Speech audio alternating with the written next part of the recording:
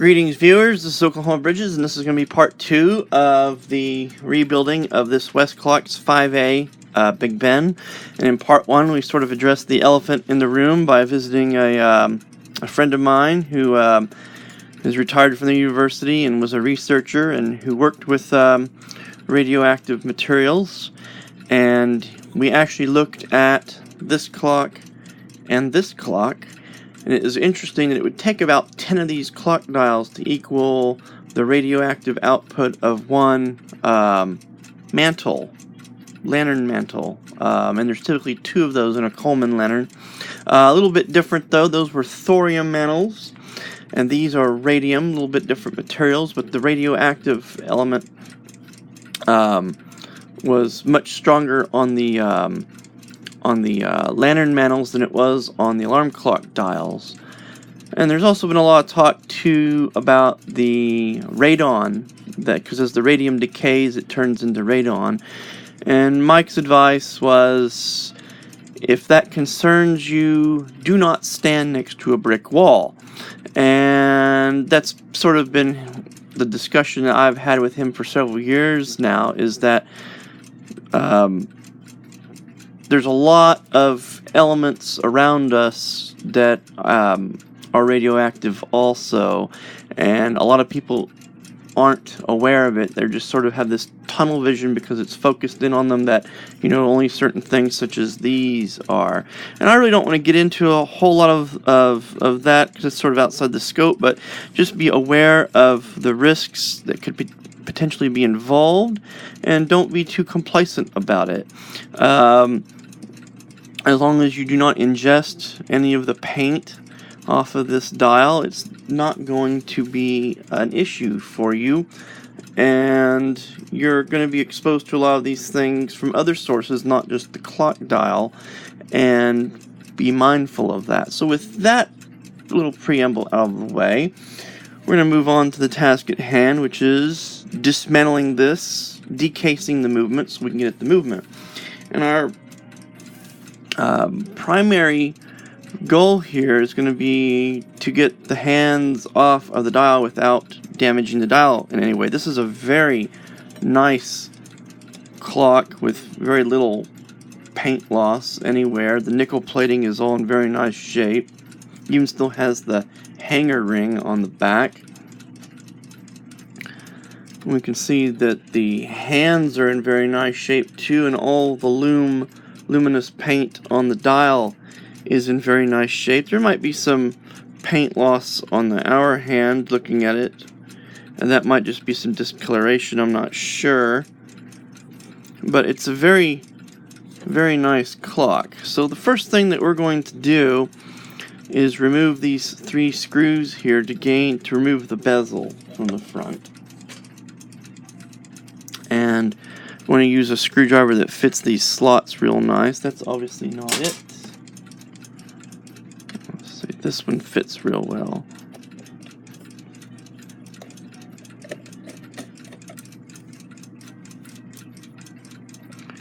There are 3 of these screws that holds the bezel in place.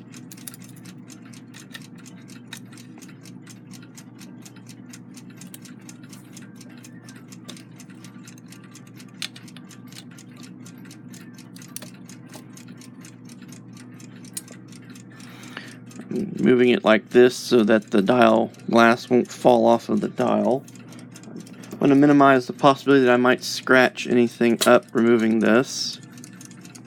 I also want to be mindful of any loose paint that may have fallen off in here. And I'm not seeing any. I'm seeing a lot of crud and dirt. So we're going to invert this and lift it off like that so that anything that's in there stays in the glass. And there we have the dial exposed, and we can zoom in and we can look and see how perfect that looks. There's no scratches or anything there around that alarm indicator hand. Nobody's been into this before.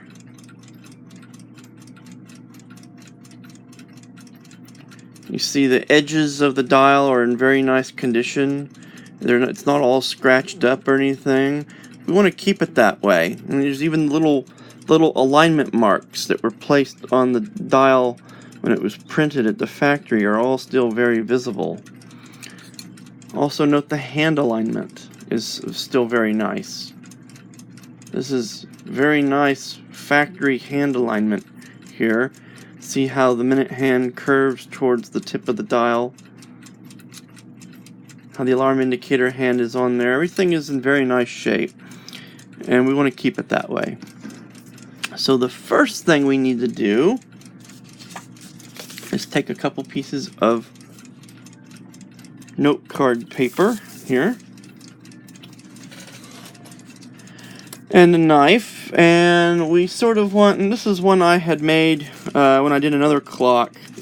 I made this for slipping under the alarm indicator hand, and it worked very nice, but it was sort of fiddly to use. So we're going to take and we're going to figure about how far we need to come in here, and we're going to make a V-notch. Actually, we need to be thinking about like that.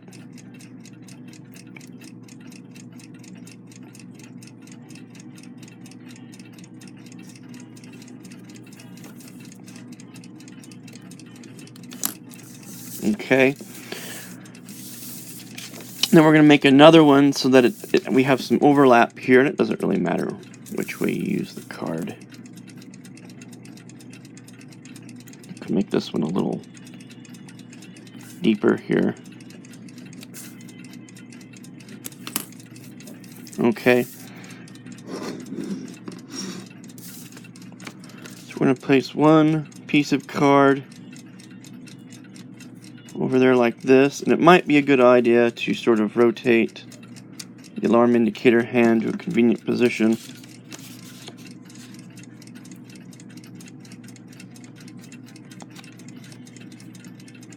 Place one like this. We're going to place one like that. Okay. Now we can get in there with a tool and remove the hand without damaging the dial. And I'm going to use this as a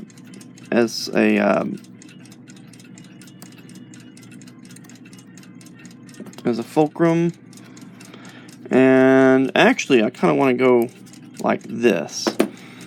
So we're going to gently move this. Actually, probably would work out best. Put that there like that.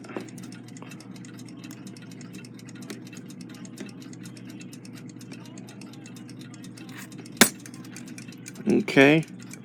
Now we've removed the alarm indicator hand. I'm going to place it in the dial. And we can lift all that off. And you see the dial is unscratched.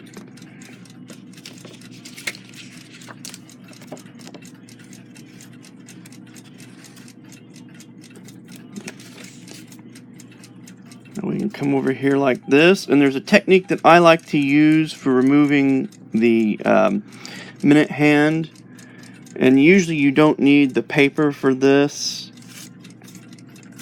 But if you hold the knob here, let's go ahead and remove the keys and get them out of the way.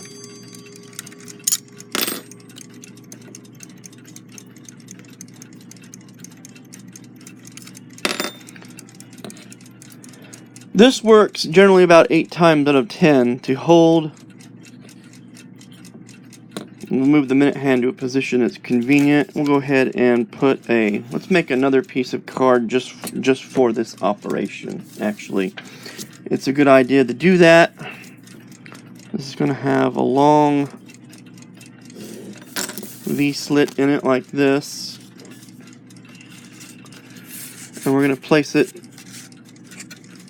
down over the dial like that so that when the hand comes off it doesn't scratch the dial. But we're going to hold the knob and we're going to hold the hub of the minute hand and rock it back and forth until the hand comes off like this. Okay, then we're going to place it in the dial.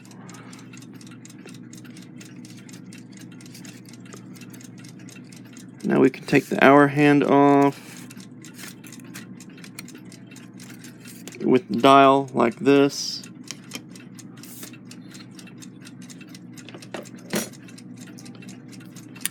Okay, the hour hand pipe and wheel is still on the dial. I'm going to slip this up here like that and hold it.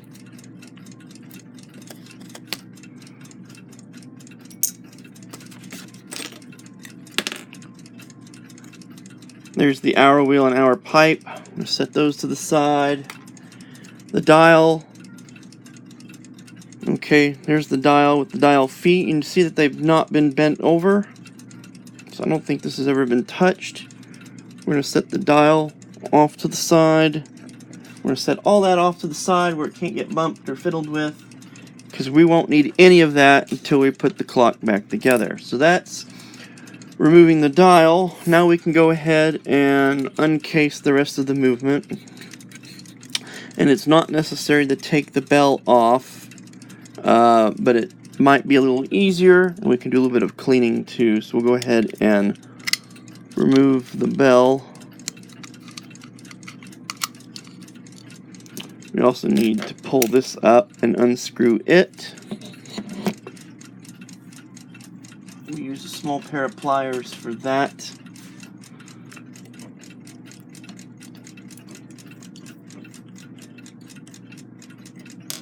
Okay. We need to remove this.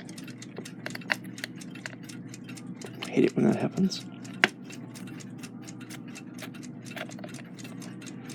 And there is a tension washer, a Belleville washer for that. We'll set that all aside.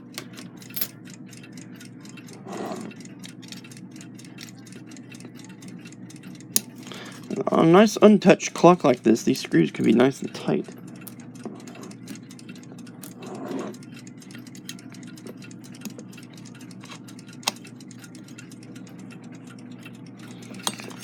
Okay, remove the bell. You see that's real nice and clean on both sides. We'll set it aside.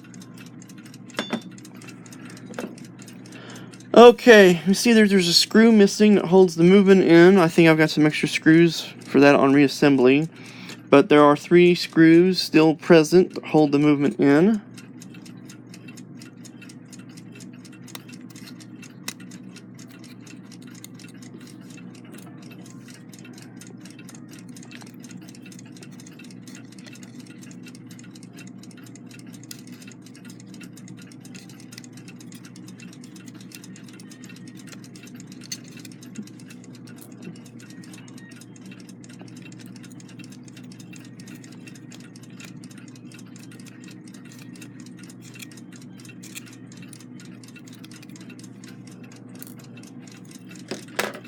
Okay, remove the back of the case, set it aside.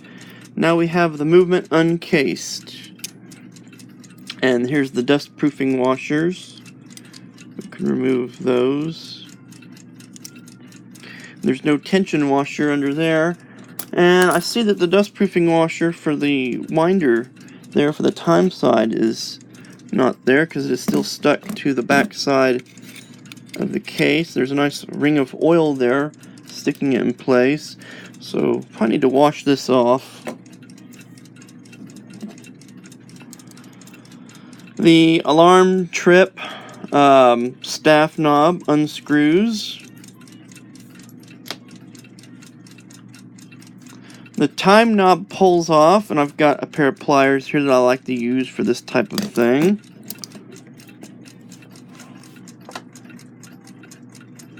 Oh man, that's on there pretty tight.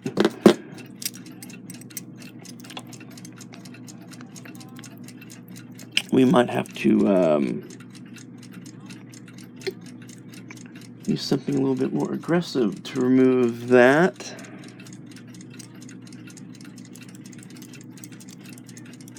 There is a shoulder there, isn't there? That one's on there nice and tight.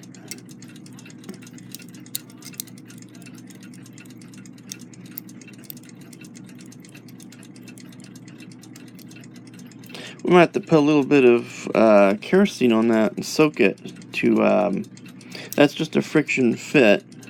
Let's go ahead and dismantle some more of this, and we'll come back to this here in a few minutes. There's a couple washers here. There's a tension washer and another washer that need to be removed.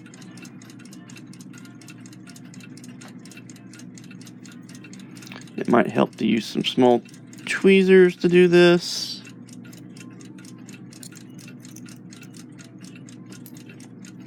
Okay.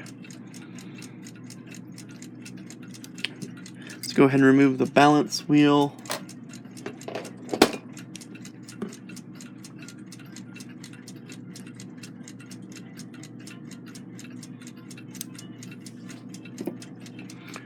Okay. Zoom in a little bit. We're going to back the hairspring out. Alright. Now I'm going to hold the balance wheel like this, pressing it into the back plate cup.